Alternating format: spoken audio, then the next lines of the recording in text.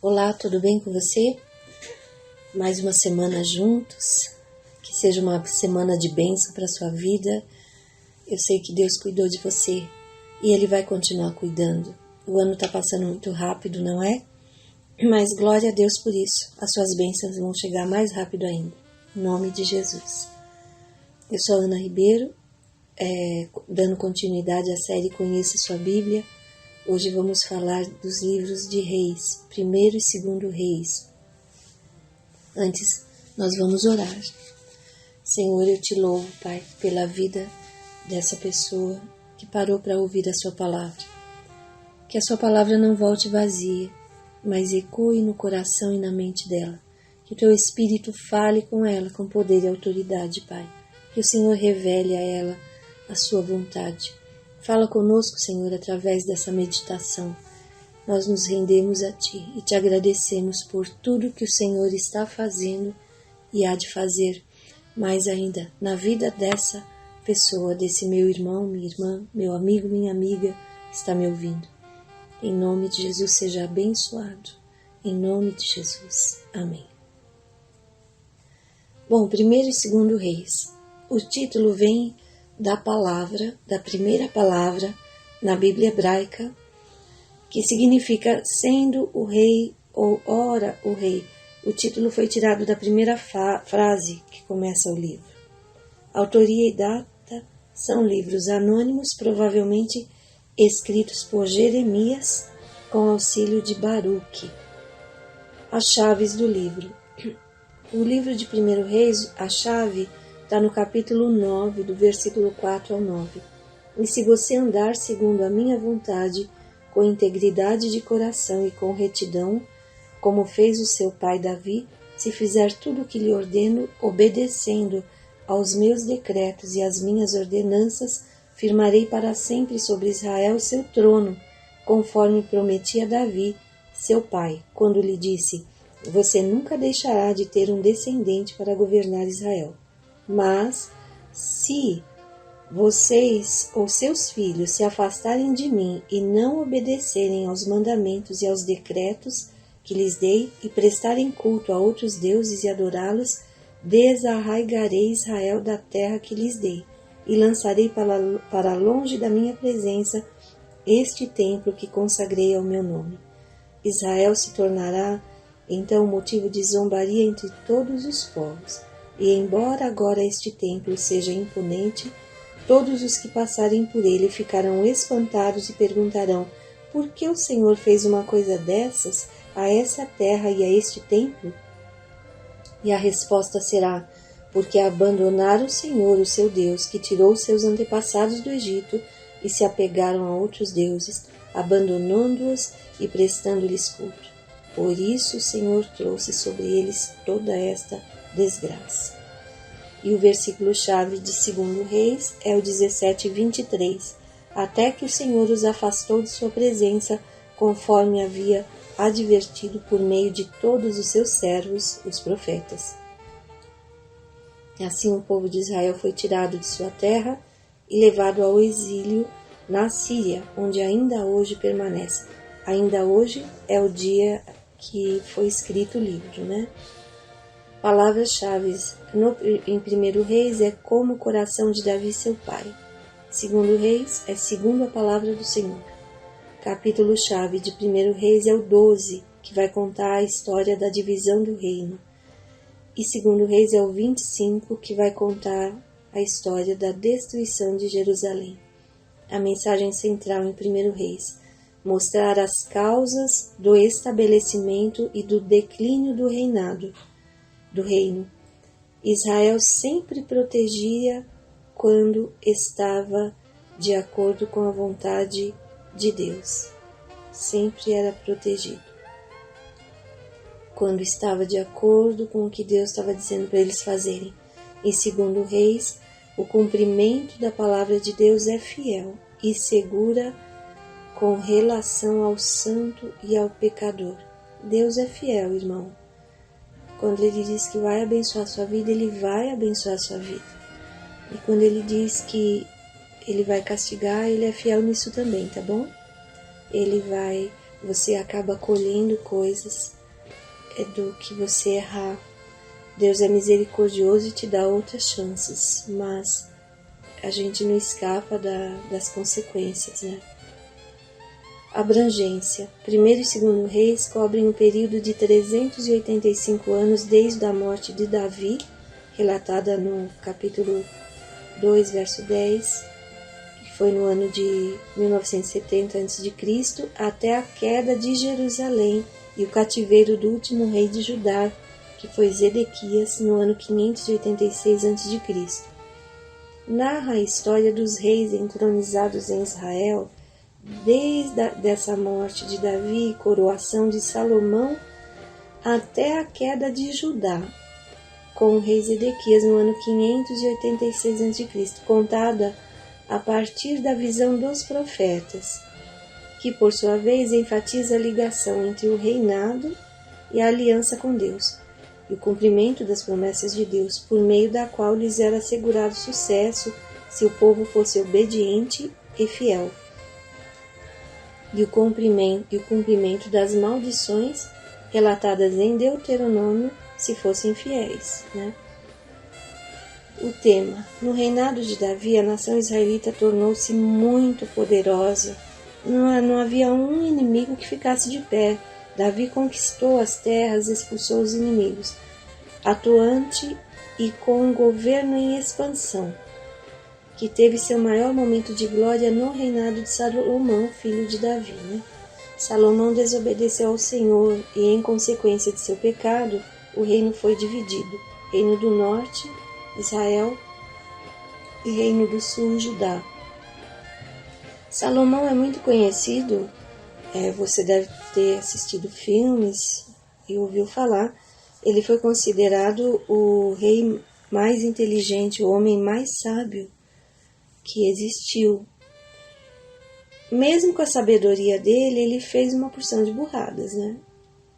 Mas por quê? Porque ele confiou na própria inteligência, na própria sabedoria. E ele cometeu tantos erros que, por causa dos erros dele, o governo, a nação de Israel foi dividido em dois, de tanta coisa que ele fez. E isso nos remete para uma realidade, né? Que o princípio da sabedoria é o temor do Senhor. Tem um versículo em Provérbios que diz isso. O temor do Senhor é o princípio da sabedoria. Quando você está se achando demais, achando que é tão inteligente que tudo que você decide está ok, você tem bons argumentos, você é um bom argumentador para fazer o que você quer, você corre sérios riscos, porque você não está tendo o temor do Senhor. E a sua inteligência, em vez de ser uma bênção, em vez de ser uma aliada para o seu sucesso, vai ser uma pedra de tropeço no seu caminho. Então, consagra a Deus toda a sua sabedoria e inteligência e tenha o temor do Senhor. O reino dividido deixa de ser superpotência e acaba indo para o exílio. Reino do norte vai para o exílio da Assíria e reino do sul para a Babilônia, onde permanece por 70 anos. Deus cumpriu o que havia dito, se o povo se tornasse idólatra. O livro relata a consequência da desobediência a Deus, e a principal desobediência do povo de Israel, idolatria, é nominar outros deuses, né? Principalmente o reino do sul, o Judá, eles adoravam a Deus, mas também adoravam outros deuses. Então é um livro para você refletir o que está entronizado no seu coração. Deus é Deus. Você não pode idolatrar uma posição, idolatrar dinheiro, idolatrar uma pessoa, nada. Quando alguma coisa em nosso coração se torna prioridade, se torna o tudo para a nossa vida, por essa coisa eu vivo ou morro, essa coisa é uma idolatria. E isso vai trazer ruína para a sua vida. Deixa Deus reinar e olhe para Ele. As outras coisas são bênçãos que Deus dá, mas não são nossos deuses. Você pode viver sem elas, mas você não pode viver sem Deus, né? Em todo o tempo, Deus permanece fiel, e Ele enviou profetas para trazer o povo de volta para sua presença. O Senhor cumpriu a promessa feita a Abraão, Isaque, Jacó e Davi e deixou um remanescente, pois o trono de Davi seria eterno, cumprindo essa promessa com o Rei Jesus. O caráter de Deus nesses livros, ele é fiel, e o papel de Deus, ele é o Senhor dos senhores, não há outro Deus além de Deus, além do Senhor dos senhores, além do Criador. Destaques: a construção do Templo de Salomão constituiu o ponto máximo da história religiosa de Israel. Nunca mais houve um templo tão suntuoso. Aí no slide você está vendo os versículos, lá no capítulo 6 você vai ler sobre essa construção. Nem o templo que veio depois, que foi o templo de Zorobabel, ou o templo da época do rei Herodes, não foi tão belo, tão suntuoso quanto o templo de Salomão. Salomão caiu em idolatria por causa de suas mulheres e concubinas, construindo-lhes altares para seus deuses pagãos. Na época de Salomão, houve muita riqueza, ele se aliançou com os povos vizinhos, não houve guerra, e houve muita riqueza. E ele casou-se com mulheres de outras nações, e essas mulheres tinham seus deuses. E cada uma que casava com ele ia para a terra de Israel e lá construía seus altares, seguia sua religião. Quando você lê a história, você vai ver que Salomão caiu na idolatria já idoso. Ele já era velho. Assim, ele já tinha vivências com Deus. Ele sabia discernir o que era certo e o que era errado.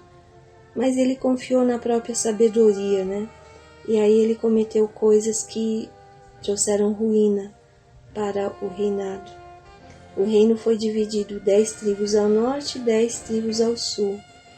No reino do norte, culto ao bezerro de ouro e a um deus da antiguidade que era chamado de Baal.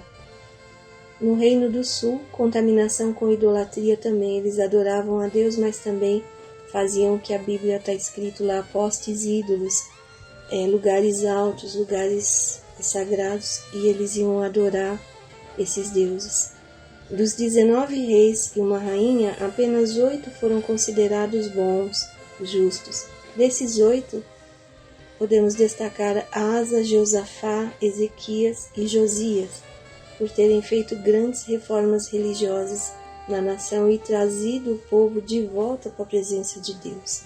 Os profetas Elias e Eliseu acompanharam esse período e foram levantados por Deus para denunciar e atacar toda a idolatria de Israel. Fica para você refletir, porque nada que está escrito na história é só história, é só para Israel. A palavra de Deus ela é sobrenatural. E da história nós tiramos lições espirituais. E é isso que, quando você for orar, quando você for ler a Bíblia, você peça: Senhor, fala comigo. Porque no meio da história tem lições, tem coisas espirituais que são aplicáveis à sua história pessoal. 1 Reis. Aqueles que estão em cargo de liderança devem ser sábios e prudentes e estarem continuamente submissos a Deus, porque é de Deus que vem a sabedoria real. Deus pune na sua justa medida do nosso pecado. Deus não vai passar a mão na sua cabeça quando você estiver fazendo um monte de bobagens, coisas que Ele não disse para você fazer. O despertamento espiritual não é apenas para um grupo, mas é a experiência para todos os servos de Deus. Que Deus desperte o seu espírito para você se aproximar mais ainda do Senhor, em nome de Jesus. E 2 Reis, capítulos 4 e 5, tem 2 histórias muito lindas que eu tenho certeza Deus vai falar com você. O 4 vai falar do azeite na botija. Podemos ter conosco alguma coisa que Deus é capaz de abençoar abundantemente.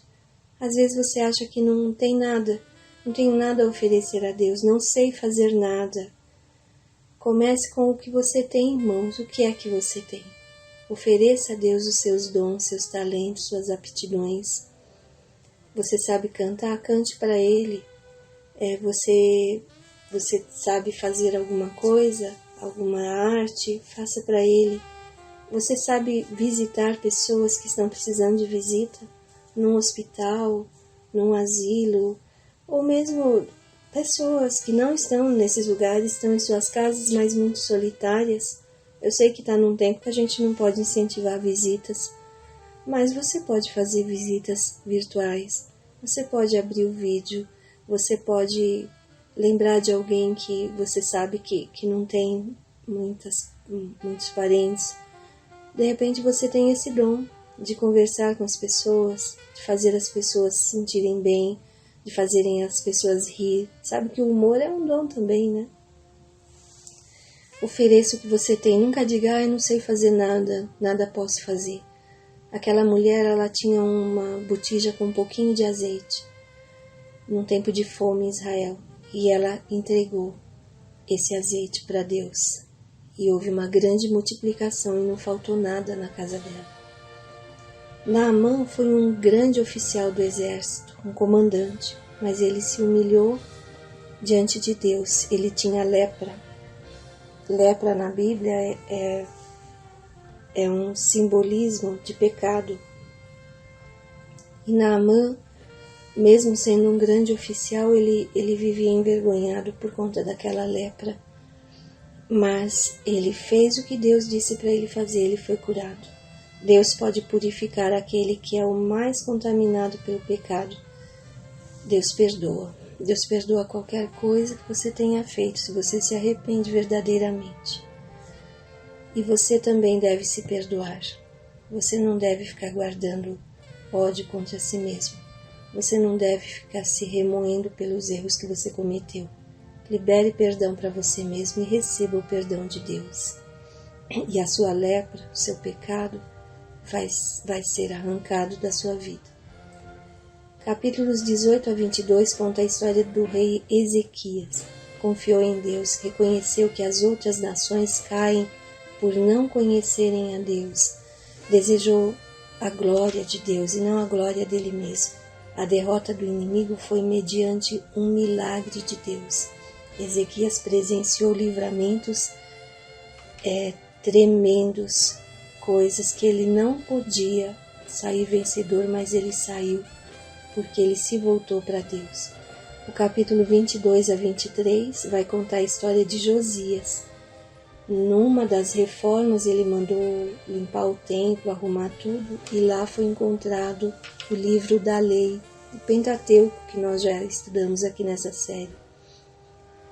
E aí ele retomou a leitura, ele retomou o que era para ser feito, ele chamou o povo para o arrependimento, ele destruiu o culto a Baal, destruiu a imagem que estava no templo, acabou com os lugares de idolatria, voltou a celebrar a Páscoa, que era uma festa obrigatória, ou seja, ele priorizou o que tinha que ser priorizado, que era a reforma do coração dele, a reforma espiritual. Ele se aliançou verdadeiramente com Deus.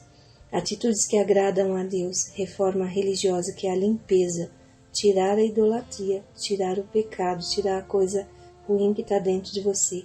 Ódio, mágoa, ressentimento, inveja, ciúmes, orgulho, tantas outras coisas, né? É tempo de limpar o seu templo. Nós somos o templo do Espírito Santo de Deus e colocar nele a palavra do Senhor. A reforma do templo. Deus quer que tiremos de nós tudo que tome ou possa tomar o lugar de Deus. Jesus, nos livros de Reis, é tipificado como um sacerdote pelos profetas e pelo rei tão esperado por todos. Ele é o príncipe da paz, o rei dos reis. Quando a glória do Senhor encheu o templo construído por Salomão, este disse: o Senhor declarou que habitaria em trevas. Jesus se despojou de sua glória. Lá em Filipenses 2 fala sobre isso. Humilhou-se e veio habitar entre nós, no meio de trevas, por amor, para nos levar para a sua luz. Nós estávamos em trevas, sem entendimento do que era certo e do que era errado, mas Deus trouxe luz para o nosso caminho. Jesus habitou no nosso meio e hoje Ele habita dentro de nós através do Espírito Santo de Deus. Cura interior para a sua vida. Deus cura seu interior, seu coração, tirando dele coisas que escravizam você, que o levam ao cativeiro de solidão e dor. Toda idolatria, e aqui vale lembrar das idolatrias a pessoas ou coisas, aquelas que causam dependência emocional ou vícios comportamentais. Toda idolatria pode ser destruída pela presença do Espírito Santo em sua vida. Deus não planejou que você tivesse uma vida presa em angústias, em exílios emocionais que o escravizam.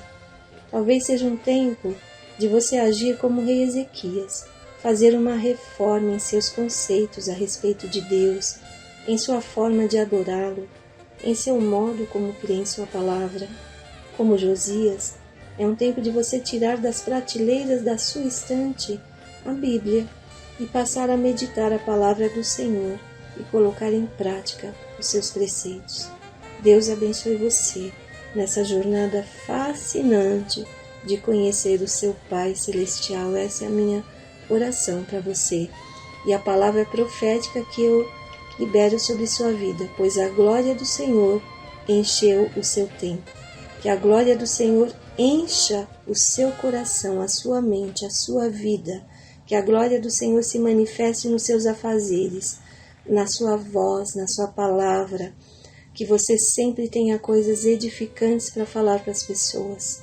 Que a glória do Senhor se manifeste na sua família, nas suas finanças, na sua saúde, nos seus relacionamentos e no seu ministério. Em nome do Senhor Jesus Cristo. Que Deus te abençoe, que Deus te guarde. E até a próxima semana com Jesus sempre. Deus te abençoe, que tenha você uma semana de grande vitória. Em nome de Jesus.